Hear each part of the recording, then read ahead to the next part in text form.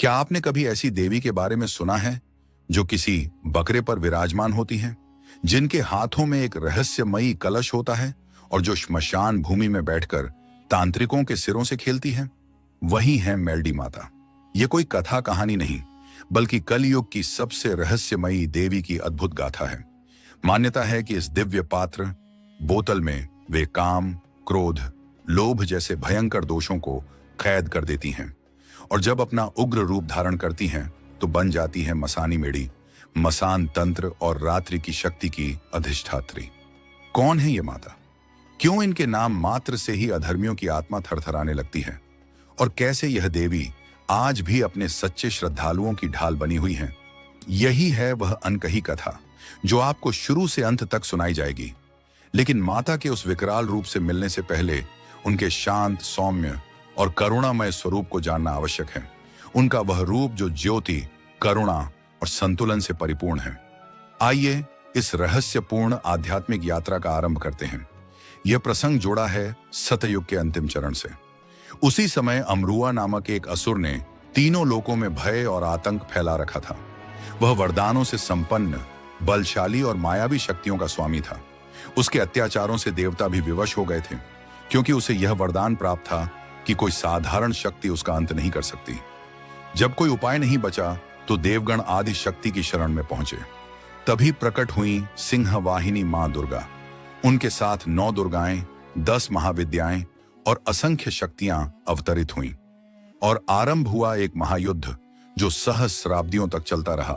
आखिरकार जब अमरुआ पराजय की कगार पर पहुंचा तो वह पृथ्वी पर भाग आया और सायला सरोवर में छिप गया। देवियां उसका पीछा करते करते वहां तक पहुंची और सरोवर का जल पी लिया। असुर तुरंत निकलकर एक मृत गाय के अस्थि पंजर में जाकर छिप गया। उसे लगा कि यहां कोई देवी प्रवेश नहीं करेगी। देवियां समझ गईं कि वह गाय के ढांचे में छिपा है, लेकिन वह स्थान अपवित्र होने के कारण कोई देवी उसमें प्रवेश नहीं कर सकती थी। बिना बाहर निकाले उसका वध असंभव था। तभी आदिशक्ति ने अपनी हथेलियों का मैल निकाला और उसे एक रूप प्रदान किया। सभी देवियों ने उसमें मंत्र शक्ति से प्राण प्रतिष्ठित किए और प्रकट हुई मेलडी माता। एक बालिका के रूप में, बाएं हाथ में खंजर और दाएं हाथ में दिव्य पात्र लिए। उस कन्या ने विनम्रता से पूछा, हे माताओं, आपने मुझे क्यों बुलाया? देवियों ने अपनी कठिनाई बताई। सब जानकर वह बालिका तुरंत उस पिंजर में जा पहुंची। अमरुआ भयभीत होकर बाहर भागा और बाहर आते ही कन्या ने उसका अंत कर दिया। इस प्रकार सिद्ध हुआ कि उनका जन्म किसी बंधन में बंधने के लिए नहीं, बल्कि बंधनों को तोड़ने और असंभव को संभव बनाने के लिए हुआ है। देवताओं ने उनका जय घोष किया और लोक अमरुआ के आतंक से मुक्त हो गया। लेकिन क्योंकि उनका आह्वान विशेष मंत्रों से हुआ था, वे तुरंत लीन नहीं हुई। देवियां उनकी महिमा से प्रभावित हुईं, पर उनकी परीक्षा लेना आवश्यक समझा। तभी चामुंडा देवी ने कहा, इसे कामोप कामाख्या भेजा जाए। उस समय कामाख्या नगरी वर्तमान असम तंत्र मंत्र, काली साधना और गूढ़ शक्तियों का केंद्र थी। यदि यह कन्या वहां भी विजयी होती है तो यह सिद्ध हो जाएगा कि यह कोई साधारण शक्ति नहीं, बल्कि दिव्यता का अद्वितीय रूप है। कहा जाता है उस समय कामाख्या पर एक भयंकर मसान नूर का आतंक था। वह तांत्रिकों का सहारा और नगर का मुख्य रक्षक माना जाता था। यही वह क्षण था जब कलयुग की सबसे रहस्यमयी शक्ति मेलडी माता ने अपनी यात्रा का आरंभ किया। दिव्य कन्या ने उन शक्तियों पर ऐसा प्रहार किया कि सब परास्त हो गए। जब वह कन्या कामाख्या के नगर पहुंची तो वहां हर ओर तंत्र मंत्र, जादू टोना और मायावी विद्याओं का अंधकार पसरा था। इन रहस्यों को समझते समझते ही एक जीवन समाप्त हो सकता था, किंतु उस अद्भुत कन्या ने अपनी सिद्धि से उन सारी अपवित्र शक्तियों को एक ही मिश्रण बनाकर एक दिव्य पात्र में बंद कर दिया। भूत प्रेत, मसान और दुष्ट तांत्रिकों को उसने बकरों के रूप में बदल दिया और स्वयं उसी बकरे पर आरूढ़ हो गई। हाथ में उस बोतल को लेकर जब वह नगर से बाहर निकली तो देवताओं ने पुष्प वृष्टि करके उसका अभिनंदन किया। तभी से बकरा उनका दिव्य वाहन बन गया और वह मेलडी माता के नाम से विख्यात हुई। इसका अर्थ यही है, वह शक्ति जिसने अशुद्ध और विनाशकारी विद्याओं पर विजय पाई। तभी मां चामुंडा ने आशीर्वाद स्वरूप यह उद्घोष किया, जिस ज्ञान का प्रयोग केवल पीड़ा पहुंचाने के लिए किया जाए, उस पर विजय प्राप्त करना ही परम सिद्ध है। इसी कारण उस दिव्य कन्या का नाम मेल्डी पड़ा। अब कथा 100 राष्ट्र की पावन भूमि की ओर मुड़ती है। वीरमगढ़ के शासक भीम सिंह संतानहीन थे। उन्होंने अनेक यज्ञ, व्रत और मन्नतें की, परंतु कोई परिणाम नहीं मिला। एक दिन रानी स्नान हेतु गिरनार पर्वत के समीप के जंगल में गईं। वहां उन्होंने एक आश्चर्यजनक दृश्य देखा। बकरे पर सवार एक तेजस्विनी देवी हाथों में त्रिशूल और खड्ग धारण किए प्रकट हुई। वही थी मेल्डी माता। माता ने रानी से कहा, मैं तुझे संतान का आशीर्वाद देती हूं, किंतु वह पुत्र मेरा सेवक रहेगा। समय बीता और रानी ने वीरमदेव को जन्म दिया। जब वीरमदेव युवा हुए तो माता ने उन्हें एक रहस्यमयी बोतल सौंपी और चेताया, इसे केवल संकट की घड़ी में ही खोलना, लोभवश कभी नहीं। वर्षों बाद पड़ोसी राजा धीरपाल ने आक्रमण कर दिया। वीरमदेव के पास केवल 300 सैनिक शेष बचे। उसी समय उन्होंने माता की दी हुई बोतल खोली। तत्क्षण माता प्रकट हुई और उनके साथ 108 दिव्य योद्धा भी प्रकट हुए। युद्ध की दिशा पलट गई और वीरमदेव विजयी हुए। उसके बाद उन्होंने जीवन पर्यंत माता की भक्ति को ही अपना ध्येय बना लिया। आज भी वीरमनाथ धाम उस अद्भुत चमत्कार का साक्षी है और वहीं से मेल्डी माता की यह अलौकिक कथा आगे बढ़ती है, स्वर्णपुर के शासक हेमराज की ओर।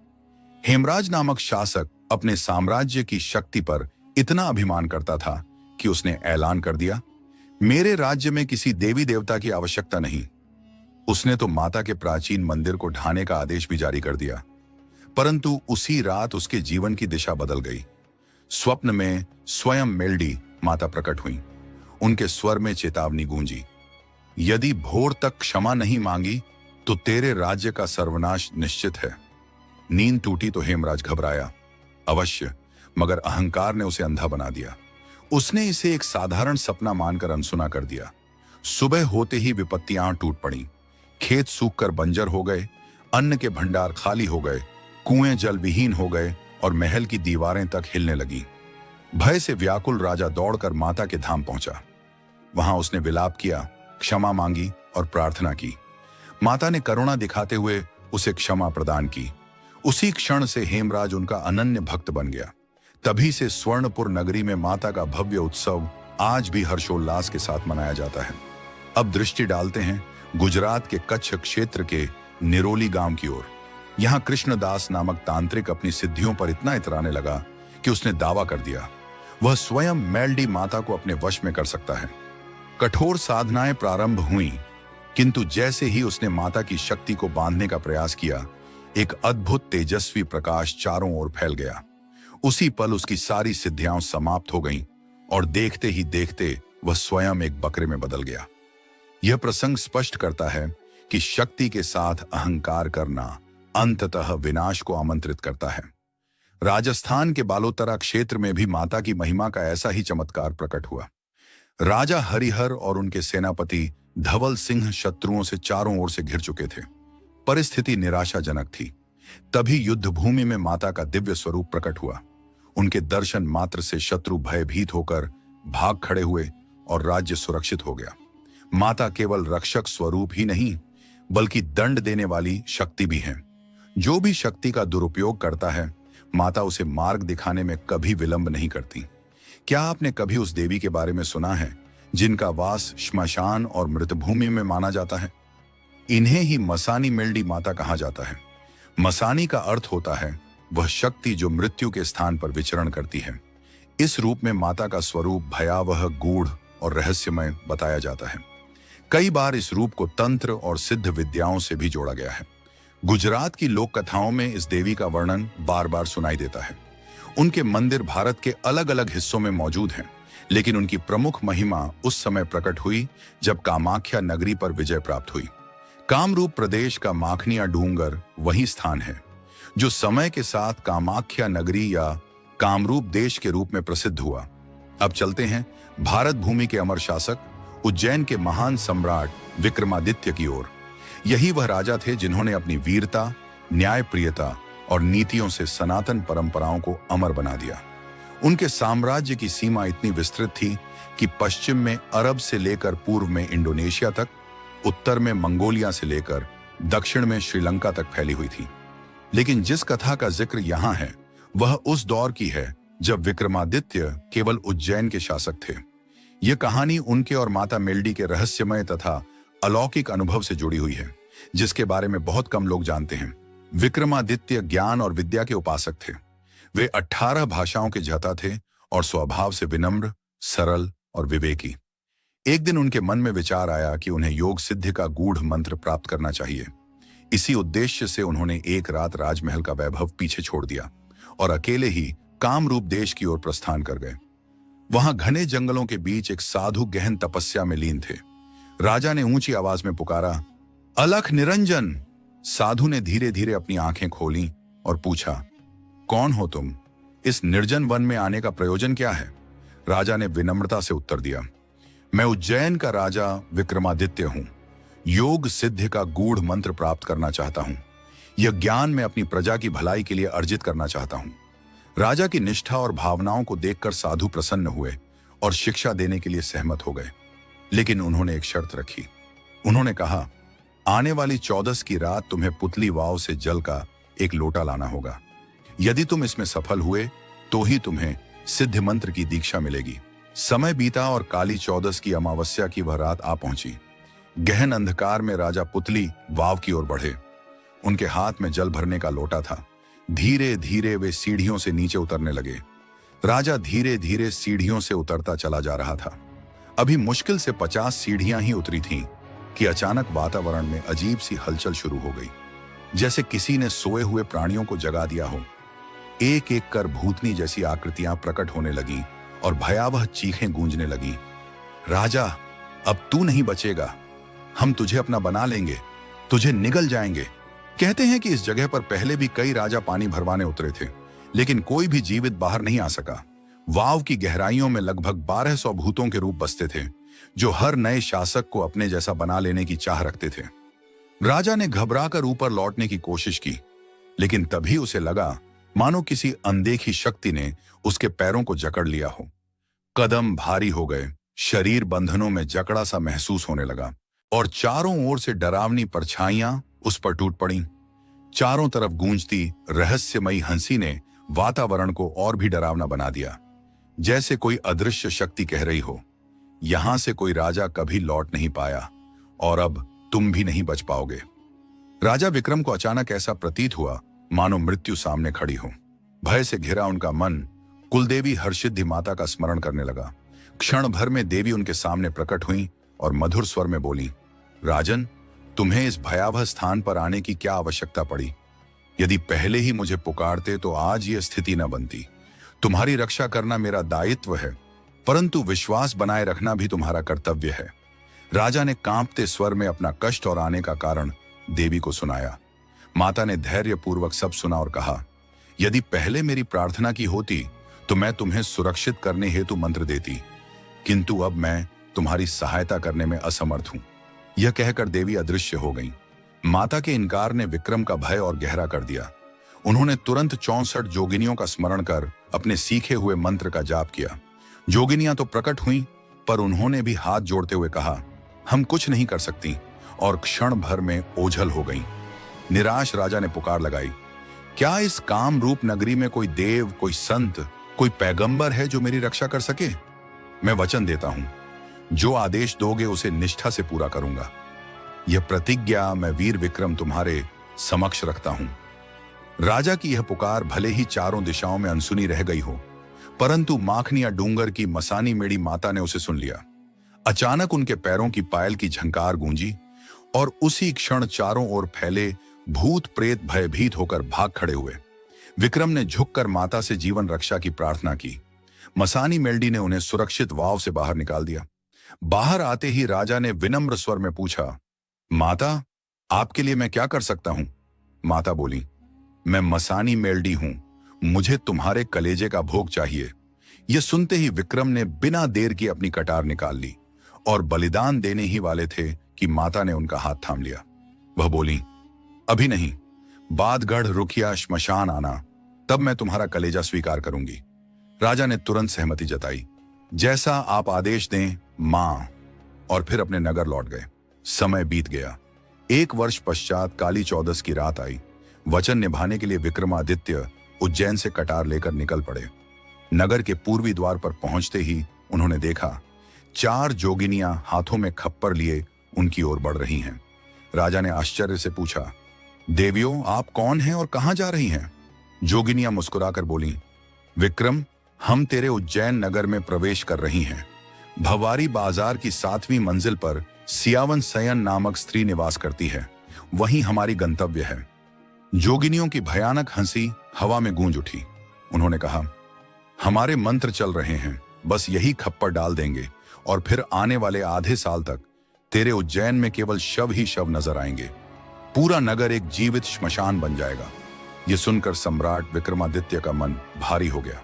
उन्होंने अंतरात्मा से मां मेल्डी का स्मरण किया और जोगिनियों को चेतावनी दी, अगर तुमने एक कदम भी आगे बढ़ाया तो तुम्हें माता मेलोडी की सौगंध है।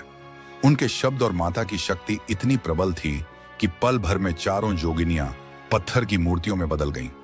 इसके बाद विक्रमादित्य सीधे गढ़ रुकिया श्मशान की ओर बढ़े। श्मशान के द्वार पर स्वयं काल भैरव कि राजा आज अपनी छाती चीरकर कलेजा मसानी मेल्डी को अर्पित करने आए हैं, किंतु यदि यह कलेजा जमीन पर गिर गया तो अर्पण अधूरा रह जाएगा और राजा का जीवन संकट में पड़ जाएगा। इसी कारण माता ने काल भैरव को आदेश दिया कि वे मानव रूप लेकर राजा के पीछे जाएं। जब विक्रम अपना हृदय बाहर निकालें तो तुरंत उसे थाम लें और माता को समर्पित कर दें। उधर राजमहल में रानी सोरामती को शंका हुई। उसने सोचा, काली चौदस की रात मेरे स्वामी कहां जा रहे हैं? जिज्ञासा और चिंता के कारण उसने पुरुष का रूप धारण किया, घोड़े पर सवार हुई और चुपचाप राजा के पीछे निकल पड़ी। लेकिन जैसे ही उसका घोड़ा शिप्रा नदी में उतरा, बाबा बलि वहां प्रकट हुए। उन्होंने 3 रहस्यमयी मंत्र उच्चारित किए और देखते ही देखते रानी अपने घोड़े सहित पत्थर की मूर्ति बन गई। इधर राजा विक्रमादित्य श्मशान भूमि में पहुंचे। सामने से मसानी मेल्डी प्रकट हुई। उनके बिखरे हुए केश, रक्त से भीगा हुआ शरीर और हाथों में खप्पर व तेज चाकू देखकर ऐसा लग रहा था मानो वे अभी किसी भयानक भोग से लौटी हों। वे हंसकर बोली, विक्रम, मेरा अर्पण लाओ। राजा ने बिना एक क्षण गवाए कटार निकाली और अपनी छाती पर वार किया। कलेजा बाहर निकलते ही काल भैरव ने तुरंत उसे संभाल लिया ताकि वह धरती पर न गिरे। माता ने भैरव से पूछा, तुम कौन हो? भैरव ने नतमस्तक होकर उत्तर दिया, मुझे क्षमा करें माता। माता के सामने एक दिव्य पुरुष प्रकट हुए और बोले, मैं काल भैरव हूं। मां काली ने मुझे यहां इस भोग की रक्षा के लिए भेजा था। माता ने प्रसन्न होकर उस हृदय को स्वीकार किया और कहा, अब इसे राजा की छाती में वापस रख दो। भैरव ने माता का आदेश मानते हुए वहीं किया और अद्भुत रूप से मृत राजा पुनः जीवित हो उठे। राजा भाव विभोर होकर माता के चरणों में गिर पड़े और प्रार्थना की, हे मां, कृपा कर मेरे राज्य में पधारें। तब माता ने कहा, विक्रम, खड़ू की लकड़ी से एक दंड बनवाओ। जब मेरा स्वागत करना हो तो गोबर से ढाक बजाना और अपने राजमहल के स्वर्ण सिंहासन पर उस दंड की प्रतिष्ठा करना। माता ने आगे चेताया, ध्यान रखना, यदि किसी दिन मैं अचानक वहां प्रकट हो जाऊं तो मेरे आदेश को बिना विचारे मानना। कहते हैं माता ने राजा से वचन दिया था, जहां भी मेरे कुमकुम से सजे चरण चिन्ह दिखाई दें, समझ लेना कि मैं स्वयं वहां उपस्थित हूं। महल लौटने पर राजा ने देखा कि रानी अचानक कहीं गायब हो गई थी। व्याकुल होकर उन्होंने माता मेल्डी को पुकारा। उसी क्षण देवी ने राजा का रूप धारण किया और सीधे बाबा वाली के स्थान पर पहुंच गईं। वहां पहुंचकर देवी ने प्रचंड स्वर में पुकारा, वाली, बाहर निकलो। बाबा तुरंत प्रकट हुए और आचमन कर जल छिड़का।